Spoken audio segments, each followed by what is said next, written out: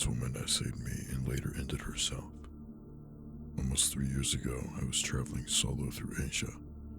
3 months long, I've been exploring different countries and meeting new people. In Japan, I met this girl from Sweden. She was nice and sweet, and we really connected. For me, not romantically, but as friends. Because traveling is expensive, we decided to share a hotel room because our travel plan matched well. In the first evenings, I gave her a room and left often outside when she prepared to sleep. On the third night, we went out drinking with a lot of other tourists. We came back around 3 a.m., and I wanted to sleep quickly. During preparing to sleep, I saw that she told me she's trans and that she likes me a lot. I told her I'm cool with her being trans, but I'm not interested in anything. She started to come closer to me, touching me inappropriately. I forced her off of me and I told her I didn't want to do anything. She got mad at me and yelled. That's no different than any other girl. She tried to touch me again, in which I threw her off of me, and in a drunken rage, said a lot of transphobic shit to her. I grabbed my stuff and left the hotel. I've spent nights on the street and came back in the morning. She was gone, and also all of her stuff. I blocked all contact details and went to a different hotel. I found my peace with it and continued my trip without any problems. Last year, I got a text from a Swedish number. The person texting me introduced herself as the girl's sister. Apparently, not long after, she killed herself when she came back to Sweden. In her note, she mentioned me only as the Dutch guy. Her sister spent a couple months trying to figure out who I was. Through another travel we met, she managed to figure out the hotel that we stayed in. The hotel was booked under my name, and by lying, they gave her my number. She told me that in the note I was mentioned as the guy that ruined her. She didn't blame me as the reason. She didn't, and also apologized in the letter. But she stated that our interaction was the last drop for her. Her sister was not angry with me, but wanted to understand what happened. I told my story as detailed as I can remember it. Her family wanted me to come to Sweden to talk and to visit the grave. I told them off, and what happened was not my fault or responsibility in any way. I then blocked them and moved on. Sorry you went through this, and I'm sorry that that person was so sad as to end her life. If it's true, honestly, I'm kinda curious as to how they found out your number and identity. It seems a bit off. Just a short interaction with you rejecting her were grounds enough to mention you and her. No. I'm wondering if there wasn't the person who assaulted you, pretending to be her sister. That's an interesting take. That could be very likely. The comment about visiting Sweden was odd and would make more sense if it was indeed the person themselves. The whole visiting Sweden is scary for me. If it's real, her family could be furious and want to hurt me maybe. Or they genuinely want me to say goodbye. Yeah, you've seemingly dealt with it well. I would not be going anywhere near her family.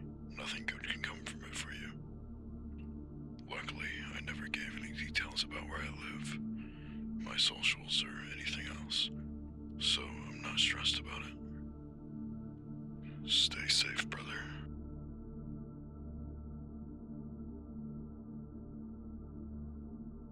I'm dying, but I haven't told anyone. I was diagnosed with cancer a little over 2 weeks ago. After a regular checkup, turns out I have a tumor on my colon that has spread to other areas, liver and lungs so far, and will require extensive chemo and surgery for any other chance to live longer than 8 months. I'm not having any treatment, and I haven't told my wife because she'll only pressure me to get the treatment, which results in months of pain and suffering for a relatively small chance. Instead, I'm making sure our last few months together are filled with only happy memories. I'm starting work later and finishing earlier each day to make her breakfast in bed and take her on dates in the evenings. My landlord I rent my workshop from has agreed to let me run my business rent-free for the next 6 months, which means significantly less financial stress, and I can save a lot more, so she has something to carry her over afterwards. I hope she'll forgive me for taking this path. She'll forgive you, but she'll wonder for the rest of her life why you didn't tell her you were sick. It's your choice, and she may try to pressure you to try treatment, but that part is up to you. Edit, my first scold, thank you. And she'll blame herself and feel crippling guilt for the rest of her life. 1. Why didn't I notice sooner? 2. What did I do to make him not want to tell me? Instead, tell her. And if she wants you to do treatment, firmly say no. Maybe at the doctor's office with the doctor's support. I agree, tell her. You need to share these things with your significant other, good or bad, no matter the ending. That's what it's about. You go through this life together. I'm sorry for the bad news, OP. ... For richer, for poorer, in sickness and in health, to love and cherish, till death do us part. That's deep.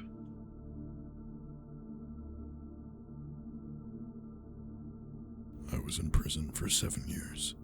I saw a man die there horribly. I was a really shitty person once upon a time. I was driving drunk at 22 and hit someone and killed them. I served 7 years for manslaughter. I'm not proud of it, and it's my greatest shame in my life. I try to just live each day a bit better than before, and live in such a way that I make amends for the life I took. In prison, I tried to take advantage of a lot of the programs there. I learned how to be an electrician, but it wasn't a great place. I was in Max for the first 2, but I got moved there due to good behavior. That maximum security prison was the most terrifying place I have ever been. Most of the guys are serving 10+ year sentences for super violent shit and know they're gonna die there, so they have nothing to lose. I was put there because I ended a man's life, and the minimum security prison was full at the time. I survived by just keeping my head down and minding my own business. If I saw something going down, I kept my mouth shut. I managed to get assigned laundry duty, which was one of the best jobs. I was carting a full load of dirty clothes one day, about a year in, when I came into the laundry room and saw a group of guys holding a guy down and stabbing him over and over with shivs. Unfortunately, they heard me, and their leader turned around and looked at me while holding the shiv in his hand. He calmly said, "What do you see here?" I looked around and said, "Nothing but laundry." He nodded and said, "You should go then." I turned on my heel and walked out while the dude was lying there, bleeding out and gurgling. Obviously, the guards asked me about it since I was working, and that guy was found dead in my work area just outside the camera range. I told them I didn't see shit. They offered to make petitions to get me time off my sentence or even get me out of Max. I didn't budge. I told them I didn't see nothing or know nothing. I knew they wouldn't move me soon enough, and if I was found as a rat, they'd probably do worse to me. They were pissed because they knew I had something, but thankfully they didn't punish me. Thankfully I got transferred to minimum security the next year due to good behavior and Max getting crowded. Things were a lot more chill there, but I never told anyone about what I saw that day. Eventually I got out, got a job, and started getting my life on track again. I'm doing better now, but that shit is definitely still with me. I'm more haunted by the man I killed. I joined AA and go every week and just got my 5-year chip, and I've been seeing a counselor a lot. I don't think I can ever make amends, but I'm trying to put good out there now. Man, that's rough. I get why you didn't say anything. I think most people would choose self-preservation in that moment, even if a lot of people would insist they do otherwise. It sounds like you've worked really hard to make amends and improve yourself. You took responsibility, served your time, you got sober, learned a trade. Each one of those is a challenge you've mastered. And I think it's more than reasonable for you to find a bit of pride in what you've accomplished. I'm sure someone will say I shouldn't say that, but fuck them. I think you can find pride and contentment, and I don't think doing so is letting yourself off easy. I'm wishing you well in your sobriety and continued success, whether big or small. Thanks, man. That's really kind of you to say. I feel proud of where I'm at in my 30s versus my 20s. I still struggle with a lot of shit, but I'm trying to just stay sober, keep working, and keep moving. Electricians are a needed trade. I've always loved the stories of electricians refusing pay from those in need and the elderly. Maybe if you can financially handle it, that could be something for you. Or help people outside of job hours. Everyone struggles. You're working hard, and I hope you will be able to spread positivity toward from now on. I just want to say you have every right to be proud of the changes you've made to your life. Good luck with your sobriety. Just wanted to add this in at the end. If there are any stories that I read today that you would like to be taken down, if you are the original poster, my email is in the description and at the beginning of the video. So just send me the story and your username, and I will take care of it. I'm aware that a lot of these topics are very dark and, disturbing, so I understand. So,